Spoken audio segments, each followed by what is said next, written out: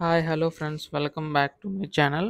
ప్రస్తుతం ఆంధ్రప్రదేశ్ రాష్ట్ర వ్యాప్తంగా ఉన్నటువంటి మహిళలు ఎవరైతే ఉన్నారో వారందరికీ కూడా ఆంధ్రప్రదేశ్ రాష్ట్ర ప్రభుత్వం అయితే కొత్త అప్డేట్ అయితే అందించబోతుందండి. అయితే వీటికి సంబంధించి కానీ చూసుకున్నట్లయితే రాష్ట్ర ప్రభుత్వం ఈ యొక్క నిధులకు సంబంధించి గాను రూ. 18,000 ఎప్పుడు పెంచి అందించబోతుందని చెప్పేసి రాష్ట్ర వ్యాప్తంగా ఉన్నటువంటి మహిళలందరూ కూడా ఎదురు చూస్తున్నారు కదండీ. అయితే వీటికి సంబంధించి గాను తాజా అప్డేట్ అయితే రావడం అయితే జరుగుతుందనమాట. ఈ యొక్క ఆడబిడ్డ నిధి పథకం సంబంధించి గానుని, అయితే వీటికి సంబంధించి గాను చూసుకున్నట్లయితే అర్హత ఉన్న ప్రతి ఒక్కరికి కూడా అందించబోతుందండి. ఈ యొక్క నిధులకు సంబంధించి గానుని. అయితే ప్రస్తుతం వీటికి సంబంధించి గాను 1500 ప్రతి నెల ఎవరికి అందించబోతుంది, అర్హతలేంటి, ఇలా ప్రతి డీటెయిల్స్ కూడా మీకు తెలియజేస్తాను. సో, దయచేసి వీడియోని ఎక్కడ కూడా ఆపకుండా చివరి వరకు అయితే చూడండి. అప్పుడే మహిళలకు సంబంధించి గానుని ఏ సమాచారం వచ్చినా మీకైతే తెలుస్తది. అంతకంటే ముందు కొత్తగా ఎవరైనా మన ఛానల్‌ని చూసినట్లయితే దయచేసి వెంటనే ఛానల్‌ని సబ్స్క్రైబ్ చేసుకోండి మిత్రులారా. దీని ద్వారా నేను పెట్టే ప్రతి చిన్న లేటెస్ట్ అప్డేట్ కూడా మీరు ఎప్పటికప్పుడు మిస్ కాకుండా తెలుసుకోగలుగుతారు. అలాగే వీడియోకైతే లైక్ చేయండి. మరికొంతమందికి సమాచారం అయితే తెలుస్తది. ఇంకా ఆలస్యం చేయకుండా వీడియోలోకైతే వెళ్ళిపోదాం.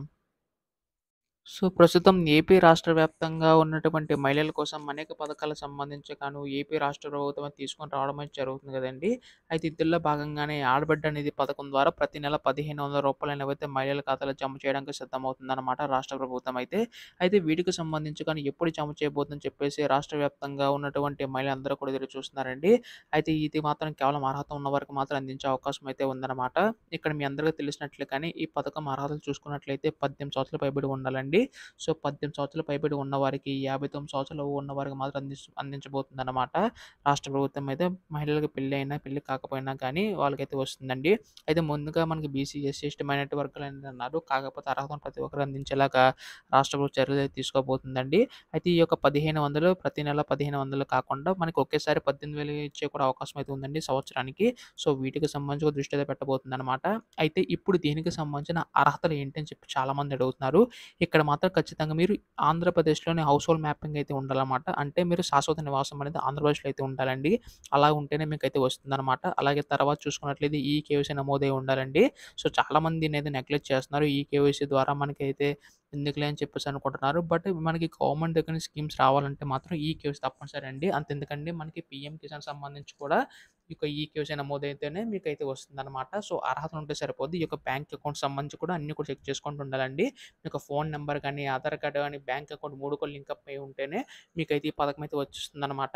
అలాగే తర్వాత చూసుకున్నట్లయితే ఎన్‌పీఎస్‌సీ లింకప్ కూడా కంపల్సరీగా చేయించుకోవాల్సి ఉంటుందండి. ఎందుకంటే మనకి ఇప్పుడంతా స్కీమ్స్ అన్నీ కూడా ఎలా వస్తున్నాయంటే బ్యాంక్ అకౌంట్‌లో జమ అవుతున్నాయి కాబట్టి అంటే డీబీటీ పద్ధతి ద్వారా డైరెక్ట్ బెనిఫిషియరీ ట్రాన్స్‌ఫర్ ద్వారా ఇంకా ఎక్కడికి కూడా కాకుండా డైరెక్ట్ మీ యొక్క ఖాతాలో జమ అవుతాయి కాబట్టి సో, ఖచ్చితంగా ఇవన్నీ కూడా చేయించుకోవాల్సి ఉంటుందండి. అలాగే తర్వాత చూసుకున్నట్లయితే ఈ యొక్క పథకం సంబంధించి కానీ మీకు 4 వీలర్ వెహికల్ ఉంటే వారికైతే రాకపోవచ్చండి. తర్వాత కరెంట్ బిల్ అనేది 300 యూనిట్ల మించి అయితే ఉండకూడదు. అలాగే మీకు ఇంట్లో ఎవరైనా గవర్నమెంట్ ఎంప్లాయీ ఉన్నా కానీ, ఇంట్లో ఎవరైనా ట్యాక్స్ పే చేస్తున్నా కానీ వారికైతే రాదండి.